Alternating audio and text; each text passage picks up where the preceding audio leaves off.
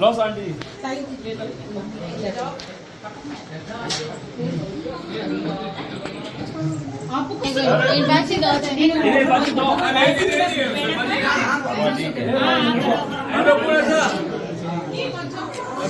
हमें जाना पड़ी है जाना पड़ी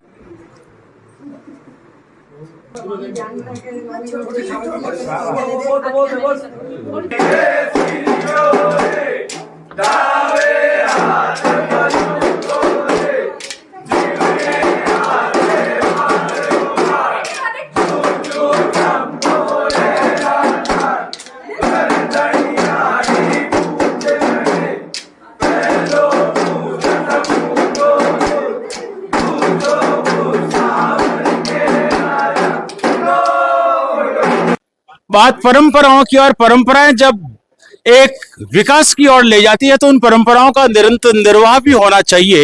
होली की जब बात आती है तो वे छोटे नन्हे बच्चे जो होली से पहले जन्म लेते हैं, उनके लिए राजस्थान की बातें करें या पूरे देश में अनेक स्थानों की ढूंढ की परंपरा देखने को मिलती है।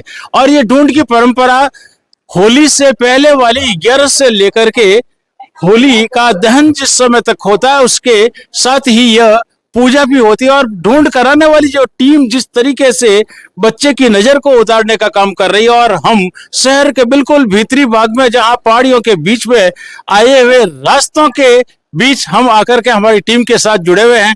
और हमारे साथ जुड़े हैं, नाम सर आपका? दीपक शर्मा मामा। तो दीपक जी शर्मा मामा। और जब ढूंढ की बात आती है तो वहां तो ननियाल वाले खास होते हैं, और आप तो जगत मामा के रूप में इतनी ढूंढ कराते हैं, क्या कहना चाहेंगे?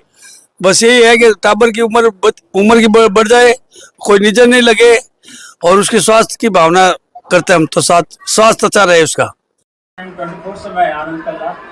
बात आज होली के बाद ढूंढ की चल रही है और राजस्थान की परंपराओं के अंदर ढूंढ की जो बात होती है, जो होली से पहले 1 वर्ष के अंदर बच्चे पैदा हो जाते हैं उनके लिए ढूंढ की बात की जाती है।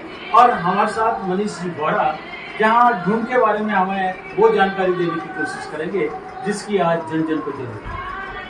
सबसे पहले तो मैं आपके चैनल के माध्यम से सभी दर्शकों को होली की शुभकामनाएं देना चाहता हूँ। तदुपरांत मैं ये कहना चाहता हूँ कि होली सनातन धर्म की अति प्राचीन परंपरा है, जिसे कई क्षेत्रों में, स्थानीय क्षेत्रों में देखा जा सकता है। इसका विशिष्ट उद्देश्य ये रहता है कि जो नकारात्मक ऊर्जा बच्चे में, जन्मजात बच्चे में कई माध्यम से समाहित हो जाती है, उस नकारात्मक ऊर्जा के प्रभाव को कम करेगा। इसके पश्चात अगर अपन इसका दूसरा पहलू देखें तो एक वयस्क बच्चा, एक बड़ा बच्चा, वो कहीं पर उपस्थित होते हुए अपने मन की पीड़ा को कह सकता है, लेकिन एक अबोध शिशु अपनी पीड़ा को कह नहीं सकता, शब्दों में डाल नहीं सकता।